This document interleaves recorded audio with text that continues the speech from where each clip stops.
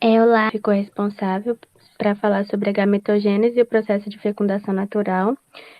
O componente concepção e formação humana está sendo ministrado pela professora Márcia Rony, e os alunos responsáveis foram Emanuele, eu, né, Mariane, Matheus e Tennyson.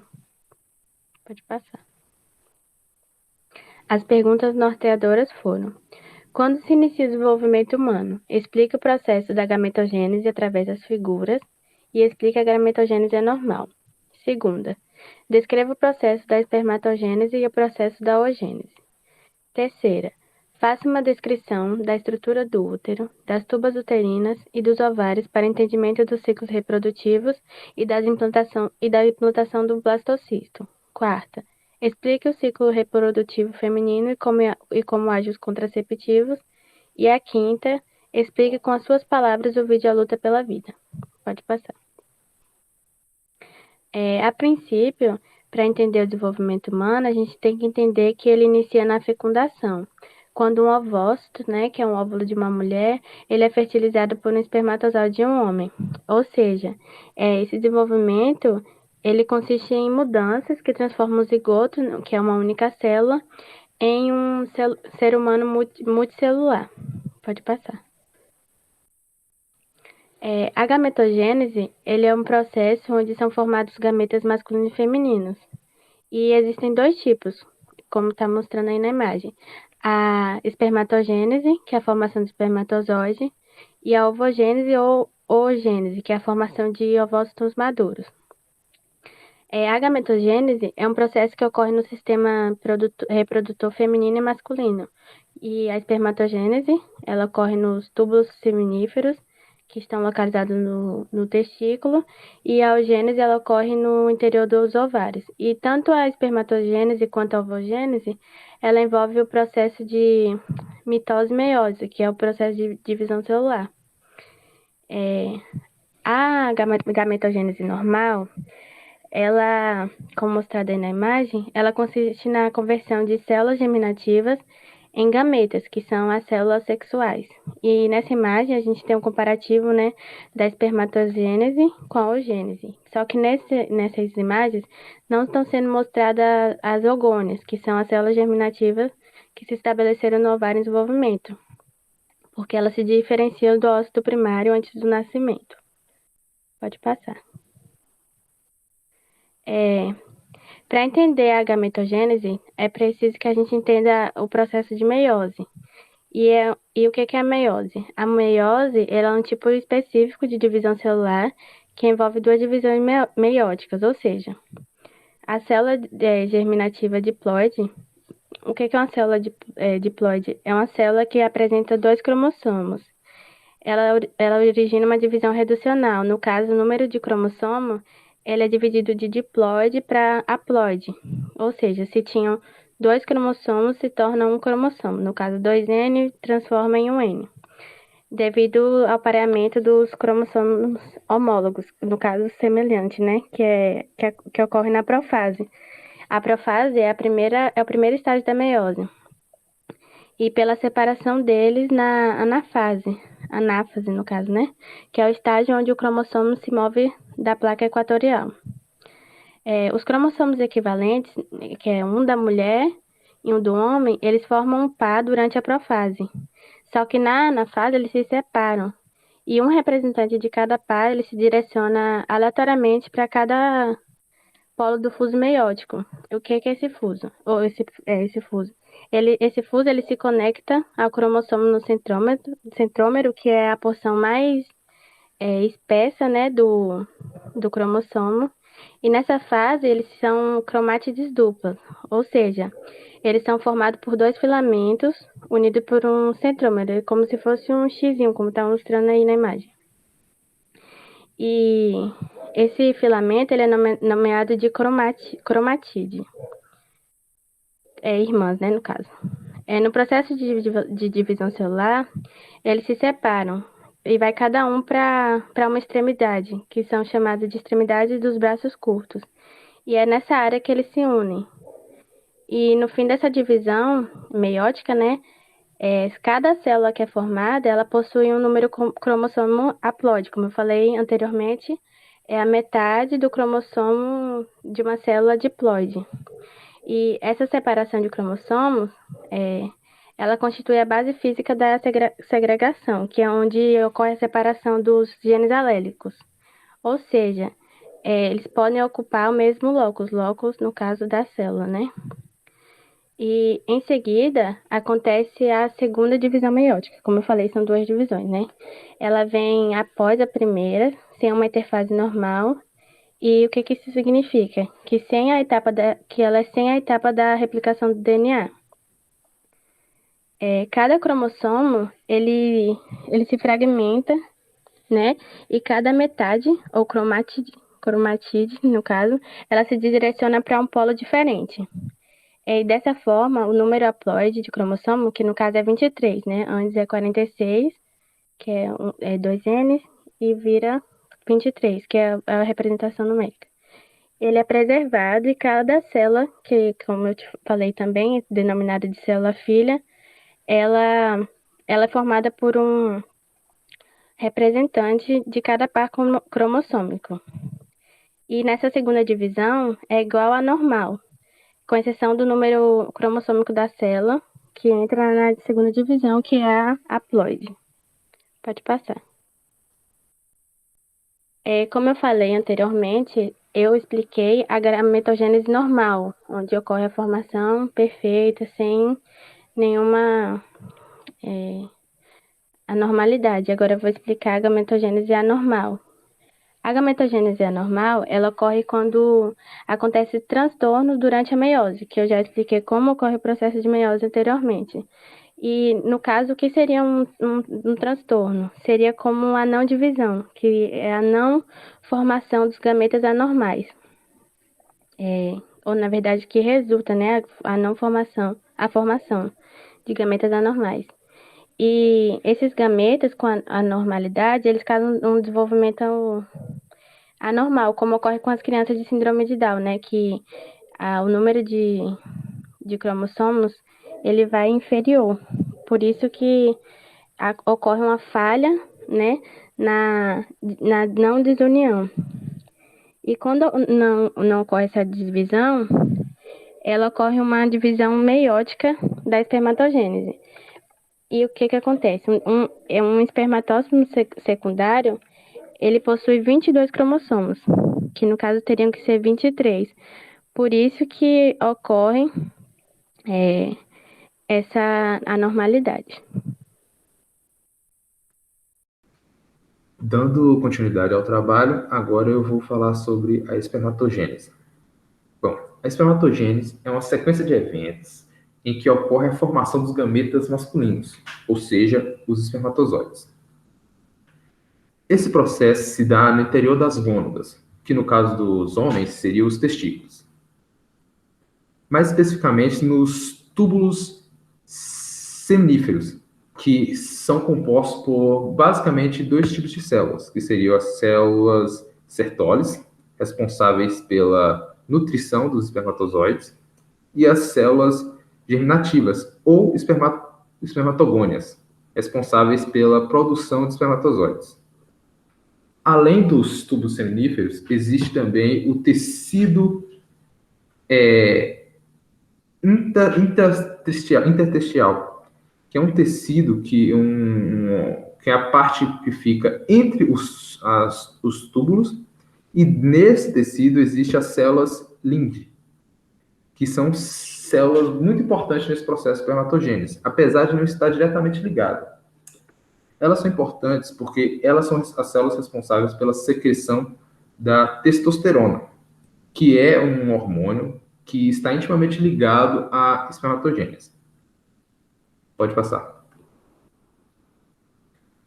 Bom, uma coisa importante antes de continuar falando mais sobre a espermatogênese é definir a estrutura do testículo. Bom, o testículo ele é envolto numa cápsula de tecido conjuntivo que é denominada de túnica albúngea. Esse testículo ele é dividido em nódulos, em lóbulos. São basicamente mais ou menos 250 lobos testiculares, e dentro de cada lóbulo existe aproximadamente 1 a 4 túbulos semilíferos, que estão altamente enevolados, ou seja, eles não estão dispostos como se fossem canos em um encanamento. Na verdade, eles estão, como o próprio nome diz, né, enevolados, que é como se tivesse puxado de um carretel de lã, né, e tivessem todos embaralhados dentro dessa estrutura. Aqui na imagem mesmo a gente consegue ver algumas estruturas importantes do testículo, que seriam os septos, os lobos testiculares, a túnica albúngea, a túbulos retos, os tubos semilíferos, a rede testicular, o epitídimo, os ductos eferentes e os ductos deferentes. Pode passar. Bom, aqui a gente tem a imagem dos tubos seminíferos como se eles tivessem sido cortados na diagonal.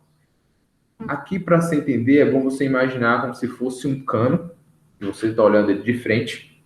Essa parte roxa seria as paredes do cano, e essa parte central seria a parte oca. Essa parte roxa, as paredes do cano, no caso, seriam compostas pelas células de Sertoli e pelas espermatogônias. E enquanto a parte branca seria chamada de a luz dos túbulos semíferos, que é a parte oca. Pode passar. Bom, aqui eu vou falar por alto um pouco mais sobre as células de Lenk. Essas são as células que eu te falei, né? E apesar de não estar diretamente ligadas à espermatogênese, ela tem um papel muito importante. Elas estão localizadas no tecido intersticial e se desenvolvem durante a puberdade, que faz sentido se você levar em conta que a principal função dela é produzir testosterona. E justamente na puberdade, onde há esse aumento desse hormônio, e há o desenvolvimento das características secundárias do indivíduo. Essa produção de testosterona é influenciada pelo LH, que é um hormônio liberado pela hipófise, que vai atuar nessas células Lynch, que vai liberar a testosterona. Essa testosterona vai atuar nas células Sertolis, que por sua vez, dependendo da intensidade, da quantidade de testosterona que ela vai receber, elas vai nutrir mais ou menos as células germinativas, no caso, as espermatogônias. E isso vai influenciar diretamente no processo da espermatogênese. Pode passar. Células de Sertoli. Aqui tem a ilustração, né? Que é uma aproximação dos tubos semilíferos. E aqui a gente pode ver esses círculos de vermelho, as células de Sertoli, que são triangulares, né? Conectadas à parede do túbulo. E a parte mais fina voltada para a luz do tubo semilífero. Pode passar? Bom, essas células elas têm muitas funções. Eu tentei colocar aqui as principais que eu considerei mais importante para o entendimento da espermatogênese.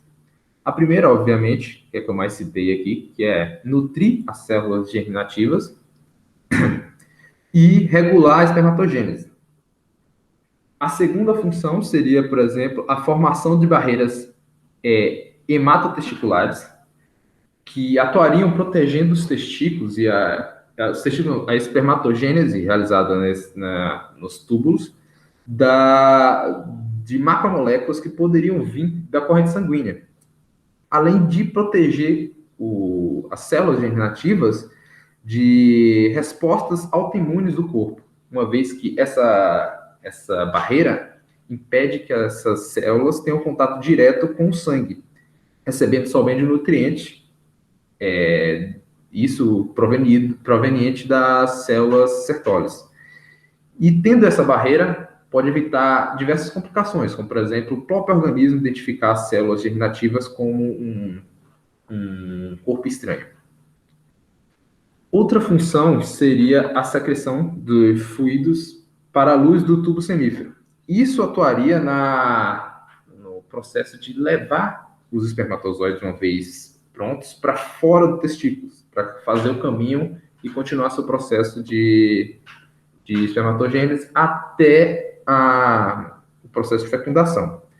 Eu não coloquei aqui também, mas só que essas células Sertoli também são responsáveis por expelir progressivamente esses espermatogênios, as espermatogônias, quer dizer, à medida que elas vão completando os processos da espermatogênese.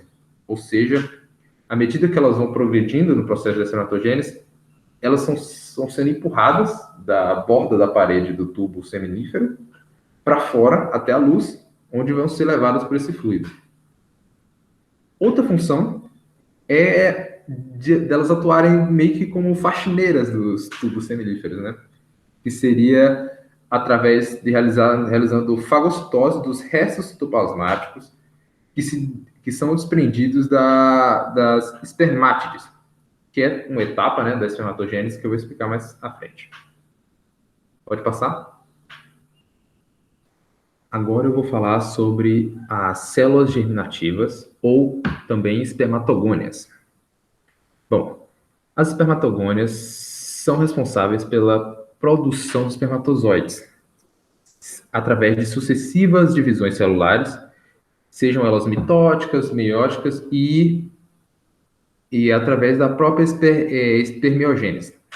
Bom, do lado aqui do slide, né, a gente consegue ver uma imagem onde a gente mostra o progresso do processo de espermatogênese, observando as espermatogônias, né, a célula germinativa inicial, mais encontrado lá mais a borda, né, do tubo seminífero, e à medida em que ela progride no processo de espermatogênese, ela vai alcançando, vai se aproximando da luz do tubo seminífero, até que ela se transforma em espermatozoide. Bom, pode passar? Agora sim a gente chega no processo de espermatogênese mesmo, né?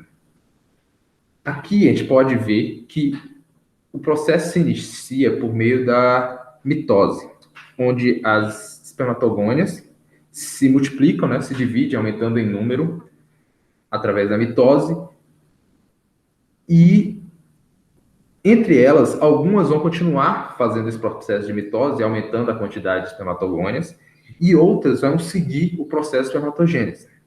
Essas que vão seguir pelo processo de espermatogênese vão passar por uma fase chamada interfase, onde ela vai crescer em tamanho e vai trocar de nome, chamando-se espermatocisto primário. Esse espermatocisto primário é a maior célula do processo de espermatogênese, e ela é uma célula diploide, ou seja, ela é uma célula 2N com 46 cromossomos. Essa célula, ela segue no processo de espermatogênese, passando pelo processo de meiose 1, onde ela vai se dividir em dois espermatócitos secundários. Esses espermatócitos secundários, por sua vez, vão ser células haploides, uma vez que vão ter apenas 23 cromossomos cada. Essas células fazem outro processo de meiose, denominado meiose 2, onde cada uma delas vai dar origem a dois espermatídeos, que são células que estão próximas de se transformar em espermatozoides totalmente formados. Para isso, eles terão que passar por um processo de maturação chamado de espermiogênese. Nesse processo é onde essas células vão ganhar as características que vão deixar eles mais parecidos com os espermatozoides que a gente conhece. Pode passar. Bom, a espermiogênese, por sua vez, ela consiste em um processo onde esses espermatozoides vão amadurecer e se transformar em espermatozoides totalmente maduros. Nesse processo, ocorre a formação do acrossomo, que é uma vesícula localizada na região da cabeça do espermatozoide. E nela existem as enzimas muito importantes para o processo de fecundação desse espermatozoide, uma vez que é através dessas enzimas que esses espermatozoides são capazes de entrar no ovócito e progredir no processo de fecundação. Além disso, ocorre uma perda no citoplasma, que eu já citei antes, quando eu disse que as células de Sertoli atuam com um papel de faxineiro, né? Pegando esses restos de citoplasma que o espermatozoide acaba liberando nesse processo de espermiogênese e fagocitam, limpando o, o tubo seminífero. Essa perda de citoplasma permite com que o espermatozoide ganhe aquela aparência mais esguia. Juntamente com isso, ele começa a ganhar a sua cauda, né? Ocorre esse surgimento desse flagelo, que vai possibilitar a locomoção desse espermatozoide, que também é um fator muito importante para o processo de fecundação. Pode passar. Bom, aqui a gente consegue ver o espermatozoide totalmente formado, com a cabeça, né, com a acrossoma na ponta, a cabeça, né, onde se encontra o núcleo do espermatozoide. Logo abaixo tem o colo, que faz a ligação com a peça intermediária da cauda, seguida da peça principal da cauda e terminando na peça terminal da cauda. Bom, aqui do lado, na figura B e C, a gente consegue ver um comparativo entre um espermatozoide e um óvulo. A gente consegue perceber essa diferença entre os dois gametas, né? Apesar de eles terem processos bastante parecidos, a diferença é bastante visível no final do processo. Agora eu vou falar sobre a oogênese, ou também ovogênese. Bom, a oogênese é um conjunto de eventos do qual as ogônias se transformam em ovócitos maduros. Esse processo ocorre inteiramente no ovário e demora vários anos para se completar. Esse processo também se inicia ainda na fase embrionária e todas as ogônias, durante esse processo, se desenvolvem em ócitos primários antes mesmo do indivíduo nascer. Esse processo sofre uma interrupção assim que o indivíduo nasce e retoma na puberdade, se estendendo até a menopausa, quando ocorre uma interrupção permanente do ciclo menstrual. Pode passar? Bom, assim como a espermatogênese, a oogênese se inicia com um processo de mitose, onde as ogônias se multiplicam. Nesse processo, elas basicamente são cópias de uma das outras e só aumentam em números.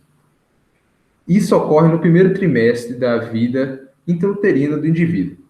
Essas ogônias, em seguida, passam por um processo de intérfase, que, por sua vez, as transforma em ócito primário. Isso durante o segundo trimestre de vida intrauterina. Nesse estado, o ócito primário inicia um processo de meiose, porém ele para na etapa da prófase. Essa pausa vai prolongar até o momento em que o indivíduo tem a sua primeira ovulação. Isso quando ele entra na puberdade, no caso. Quando isso acontece, o ócito primário volta a realizar seu processo de meiose, passando pela meiose 2, e se transformando em ócito secundário. Óbvio que, como é um processo de meiose, há divisão, no caso, a formação de duas células. Um seria o ócito primário, e o segundo é o primeiro corpúsculo polar, que é praticamente um ócito secundário só que com bem menor, atrofiado. Uma vez que ele acabou perdendo nutrientes para a construção desse ócito secundário e ele não consegue mais fazer parte do processo de fecundação. Bom, esse ócito secundário é que é o gameta feminino. Muitas pessoas acabam confundindo o gameta com o óvulo, no caso. Mas o óvulo, ele só recebe esse nome, essa nomenclatura, quando ele já é fecundado. O gameta em si, ele é o ócito secundário. Bom, nesse ponto, até ele ser fecundado, ele ficará estático, né? Caso seja fecundado, ele progredirá. Caso não, ele vai ser liberado através da menstruação. Caso ele seja fecundado, ele vai se transformar em um óvulo, como eu disse antes, e também vai liberar um novo corpúsculo polar. Nesse caso, vai ser denominado como segundo corpúsculo polar. O outro corpúsculo, o primeiro corpúsculo polar, que já tinha sido expelido, né, quando ocorreu o processo de meiose, ele também vai dar origem a mais dois corpúsculos polar, e no final haverá um óvulo fecundado e mais três corpúsculos polares que vão sobrar, dando fim assim ao processo de oogênese. Então, gente, dando continuidade agora ao assunto, eu vou falar sobre a anatomia dos ovários, das tubas uterinas e do útero. Primeiro eu vou falar sobre os ovários, né?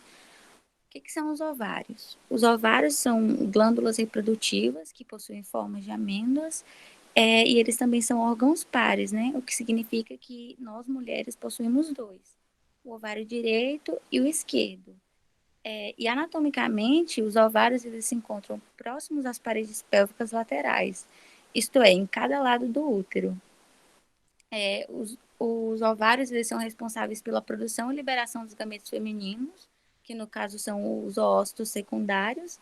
E quando eu digo liberação de gametas, vai ser somente a partir da puberdade, né, quando a mulher começa a ter ciclo menstrual e ela vai ovular, né, o que significa liberar o ócito do ovário. E além disso, nós também temos a função de liberação de hormônios sexuais, né?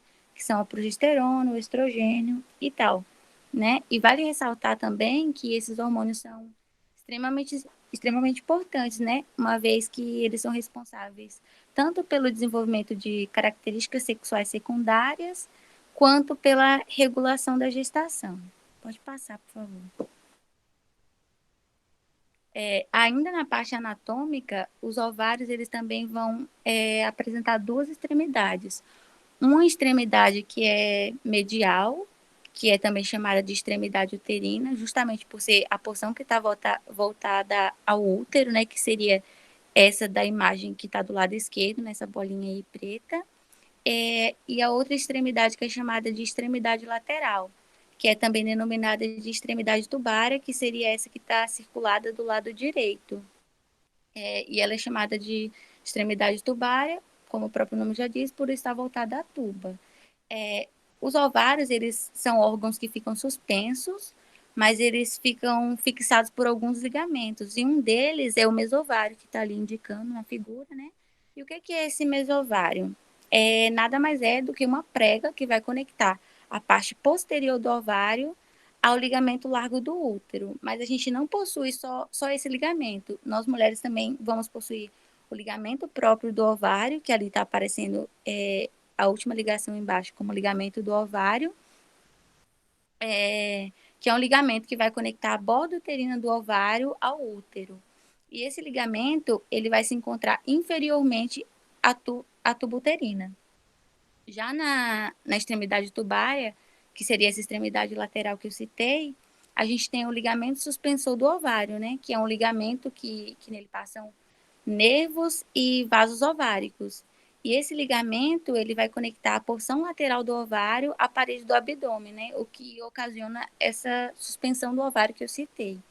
E um detalhe interessante sobre os ovários também é que na infância eles costumam ser mais lisinhos e mais rosados, né? E só a partir da puberdade, quando a mulher começa a ter ciclo menstrual com a liberação do óvulo é que vão existir cicatrizes, né, que se formam no ovário. Então, ao avançar da idade, né, a gente passa a ter o ovário cada vez mais esbranquiçado e rugoso, mostrando as cicatrizes de vários ciclos menstruais. Pode passar, por favor. Agora eu vou falar sobre as tubas uterinas. As tubas uterinas, elas também são órgãos pares, né? Temos a tuba esquerda e a tuba direita. Elas possuem cerca de 10 centímetros de comprimento e cerca de 1 centímetro de diâmetro. As tubas, elas são responsáveis por conduzir o óvulo dos ovários e elas também acompanham os espermatozoides que vão entrar pelo útero para alcançar a região onde a fecundação vai ser realizada. E fora isso, a tuba uterina ela também vai guiar o zigoto em clivagem para a cavidade uterina. Pode passar. E vale ressaltar também que as tubas, por sua vez, são divididas em 4 partes, que seria o infundíbulo, eu citei ali, eu numerei no caso, né? O infundíbulo, que é essa parte mais distal da tuba, e essa parte ela vai apresentar processos digitiformes, né? Que seriam justamente essas franjas que tem ali, próximo ao ovário, que são chamadas de fímbrias, que está ali na borda do infundíbulo. E essas franjas, obviamente, elas também têm uma função, que nesse caso é fazer movimentos de contração para buscar e sugar o óvulo no momento da ovulação.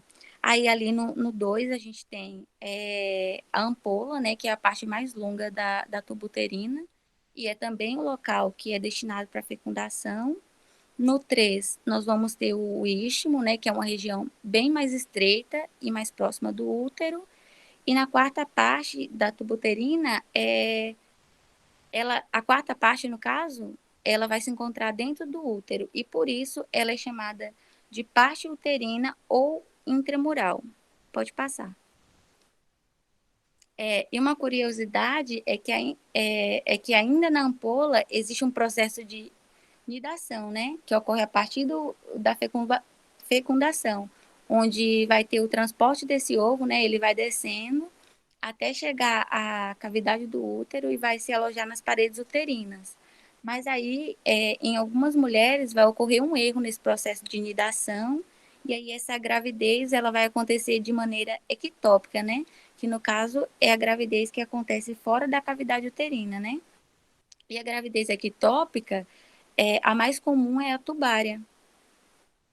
E essa gravidez ela vai acontecer ainda na ampola da tuba uterina, e uma das causas é que algumas mulheres elas vão produzir muito pus na tuba uterina, né? E vai acabar bloqueando a passagem desse ovo para a cavidade uterina. E por isso ele vai ficar preso na ampola e vai ocasionar a gravidez ectópica.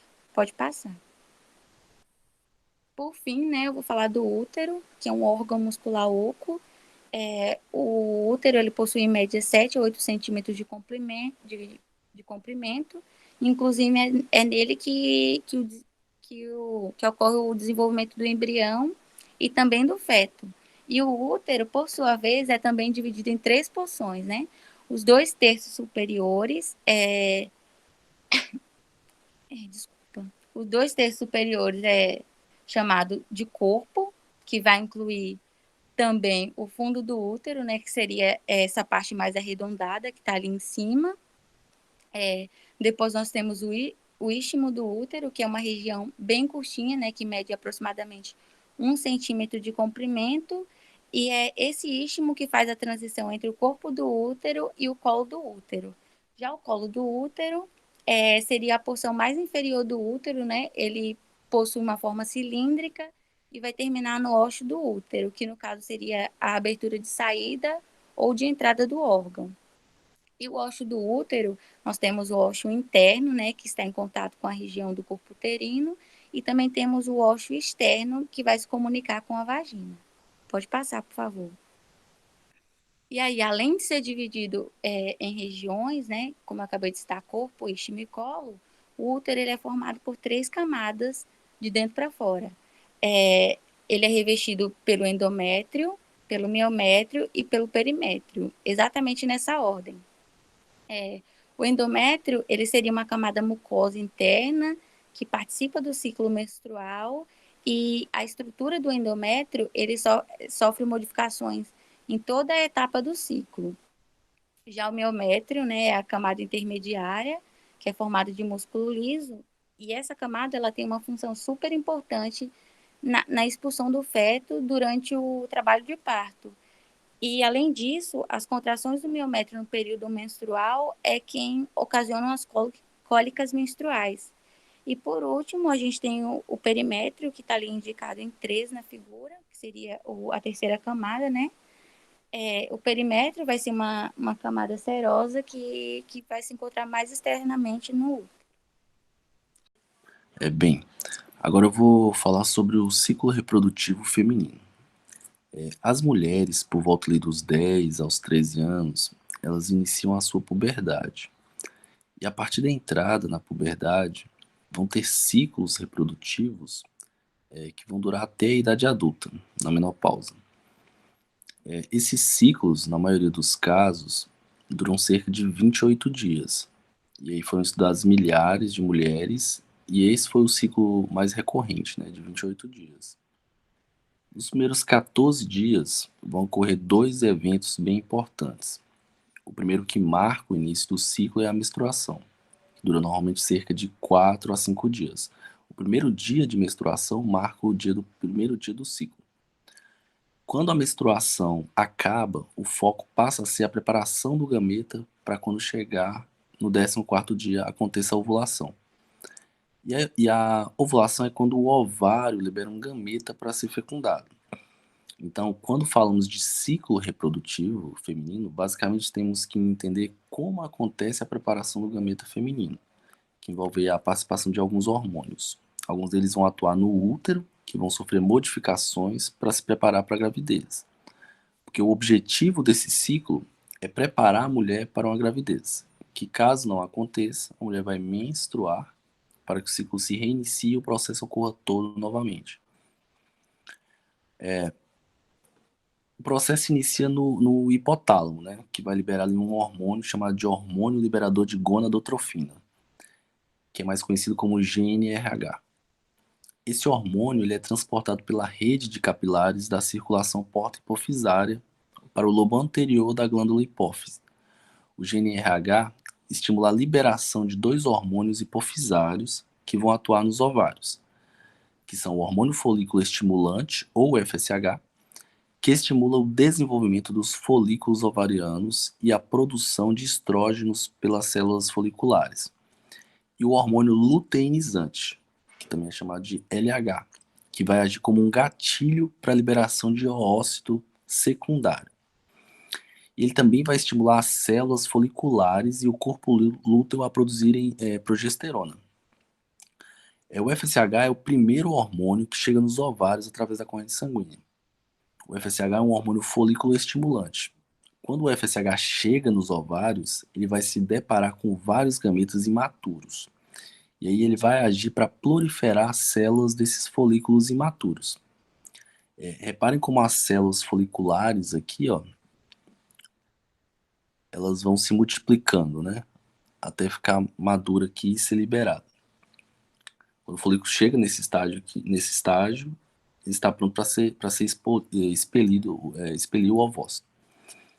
Outra função do FSH é estimular as células foliculares a produzirem estrogênio. Durante esse processo ocorre também a formação das tecas. As tecas, elas são essa parte aqui mais pelúcida. Tem 2 tecas, a teca externa e a interna, mas é essa parte aqui e essa. Ele é um tecido conjuntivo que está envolvendo externamente os folículos e vai se organizar para formar 2 cápsulas, a teca interna, como eu disse, e a teca externa. As células da teca externa vão produzir substâncias que vão promover ali o aumento da vascularização dos vasos da teca interna. E aí essa maior quantidade de vasos sanguíneos vai ajudar na chegada de nutrientes para a maturação do gameta. Quando chega no 14º dia, na metade do ciclo mais ou menos, o folículo tem que estar totalmente maturado para que ele seja ovulado. É nesse momento que entra o LH, o hormônio luteinizante. Na metade do ciclo, o LH vai sofrer um aumento brusco na sua concentração no sangue, que é motivado pelo pico de estrogênio secretado pelas células foliculares. Esse estrogênio liberado pelas células foliculares cai na corrente sanguínea e chega até a parte frontal da glândula pituitária, que vai ser estimulada a liberar uma grande quantidade de LH no sangue. Tem até um vídeo aqui depois que eu vou mostrar que ilustra bem isso. Que é o hormônio luteinizante. Lembrando que todo esse sistema hormonal ele funciona por meio de feedbacks. E aí, com o pico de LH, acontece um aumento do folículo, que vai culminar com a liberação do ovócito secundário. Esse ovócito secundário ele expele substâncias que atraem as fímbrias, que é essa parte que mais próxima do ovário, né? As fímbrias das trompas uterinas. Já nas trompas, cílios microscópios vão levar o ovócito até a ampola das trompas para guardar a chegada do espermatozoide. No vídeo também vai ficar bem claro essa imagem. Voltando ao ovário, com a presença ainda de LH no sangue, há a formação a partir do folículo ovariano do corpo lúteo, que é uma glândula endócrina que vai ser responsável por secretar progesterona e estrógeno, só que em menor quantidade. Esse corpo lúteo, se houver a fecundação, se desenvolve em corpo lúteo gestacional e vai ser o responsável por manter a gravidez nas primeiras 20 semanas, enquanto a placenta não se forma. Tanto que quando a placenta se forma, o corpo lúteo ele se degenera. E a progesterona ela é secretada pelo corpo lúteo, vai fazer os preparativos finais para a gravidez. Ele vai estimular, a progesterona vai estimular o espessamento do endométrio e do muco, diminuir as contrações uterinas e estimular as proliferações das glândulas. Aqui agora eu vou mostrar um vídeo que ilustra bem esse processo de ovulação.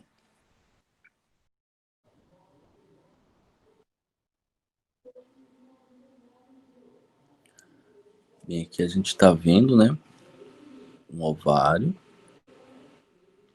aí adentrou, ali tem vários folículos, com vários ovócitos dentro, mais folículos, e repare que esses folículos estão liberando estrogênio para a corrente sanguínea. Se começar ali por volta do 7º dia, mais ou menos, ele começa a liberar esse estrogênio.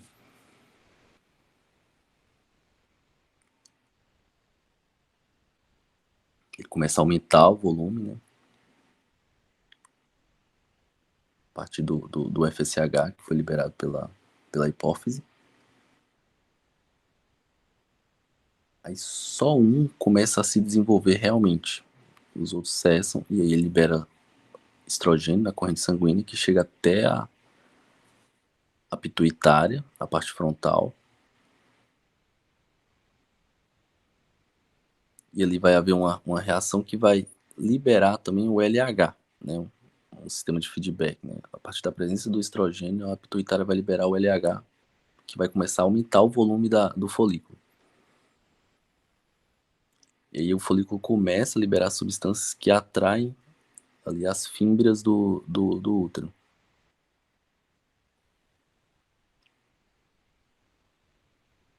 Vai eclodir ali agora, junto com o líquido, né, o ovócito secundário. E as fímbrias ali chegam perto para recolher esse ovócito secundário.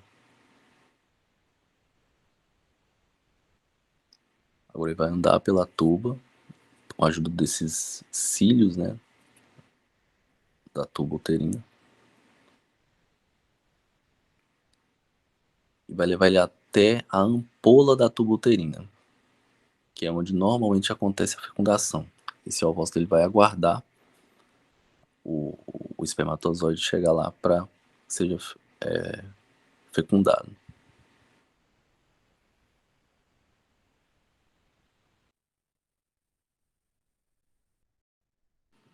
Aqui agora eu vou mostrar a fecundação do espermatozoide com o ovócito secundário.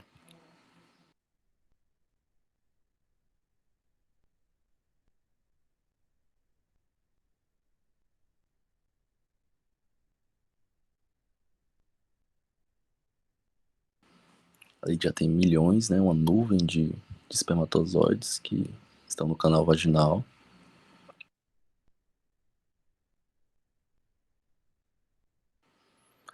que mostra como o canal vaginal ele é hostil pro espermatozoide, né? Já que a acidez ela às vezes mata vários espermatozoides.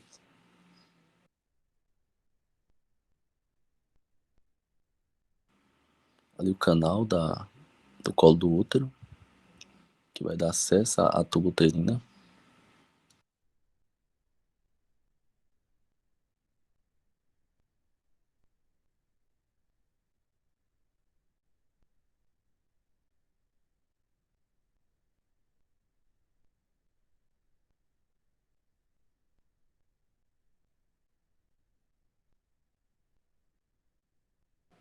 Aí mostrando que vários ficam pelo caminho durante o processo.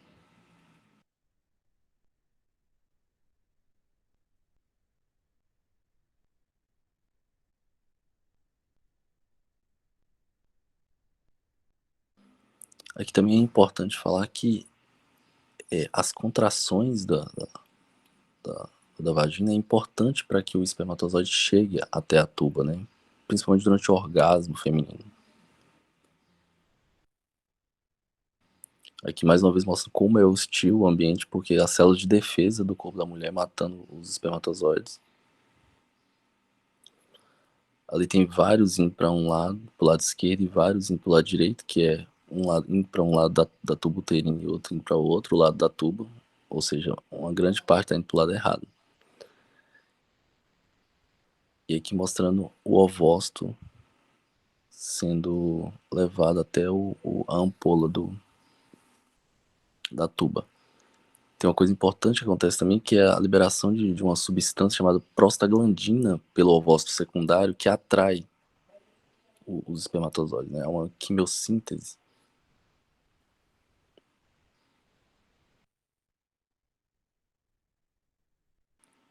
Ali o ovócito e essa coroa radiata, né? Que está em volta dela.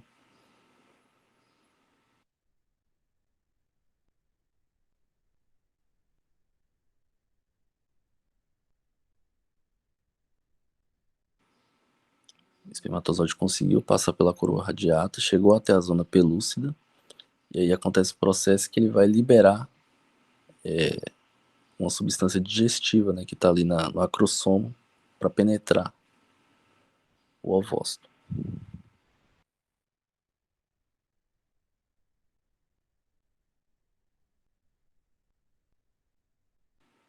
E aí está mostrando o espermatozoide que conseguiu fecundar.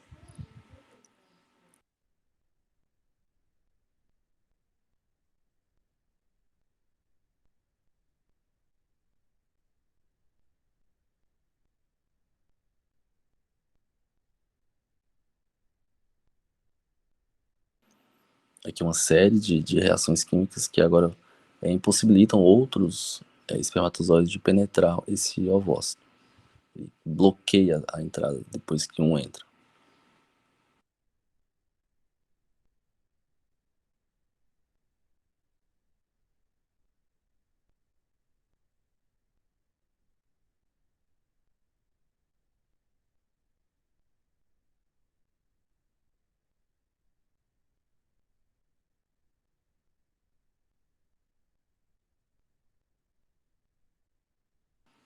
Agora vai mostrar a fusão das células do DNA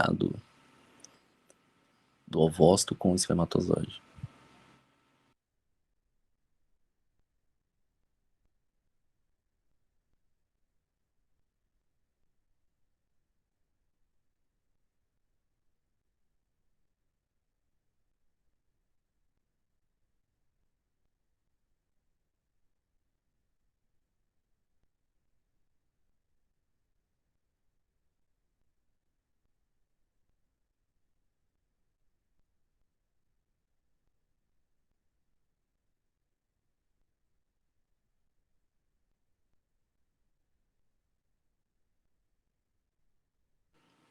Ali acontece o pareamento dos homólogos, né, dos cromossomos homólogos femininos da mãe e os masculinos do pai. E ali o zigoto indo até a tuba para para se desenvolver, né?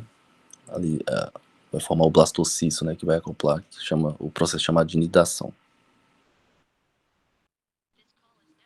Voltando aqui ao slide, vou falar um pouco sobre métodos contraceptivos. E aí vou começar com a abstinência, né, que é o mais óbvio. Se não houver relações, não haverá concepção.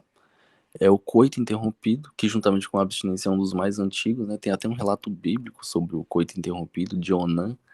Onã, ele é designado por Deus para ter um filho com a viúva do irmão dele, porque naquela época se acreditava que se ele tivesse um filho com a viúva do irmão, o filho seria do irmão. Só que ele se recusa a ter esse filho porque ele perderia os privilégios de sucessor da família, né? E aí ele pratica o coito interrompido, depois ele é até morto por Deus por praticar isso.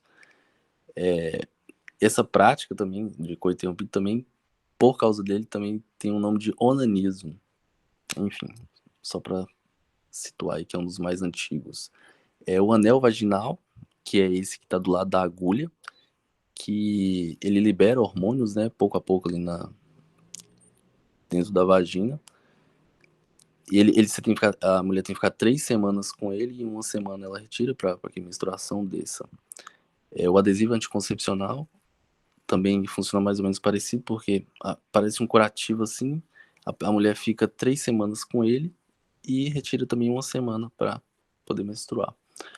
O anticoncepcional injetável, que é aplicado ou mensalmente ou trimestralmente, mas esse tem um certo perigo, porque se a mulher quiser engravidar depois, ela pode ter uma dificuldade, porque fica um resíduo de hormônio na corrente sanguínea e ela pode demorar a engravidar, até uns 7 meses, 1 ano. O anticoncepcional oral também é bastante conhecido, que também tem essa questão do esquecimento, né, que tem que tomar todos os dias, se não tomar todos os dias, cai bastante a eficácia dele. A camisinha, que provavelmente é um dos mais utilizados, ou o mais utilizado, né, e que também evita DSTs, ou a nova nomenclatura agora que é ISTs, né, infecções sexualmente transmissíveis. Implantes contraceptivos, que é esses 4 bastões que estão ali enfileirados, que é colocado sobre a pele não, embaixo da pele, e ele também vai liberando hormônios ali, e pode ficar até 3 anos, inclusive, esse bastão. E o DIU, que eu vou até passar aqui, que tem uma imagem dele. Aqui a gente tem uma imagem do DIU, né? O DIU, ele vai funcionar mais como um bloqueio mecânico, né? Do espermatozoide para não chegar no ovócito.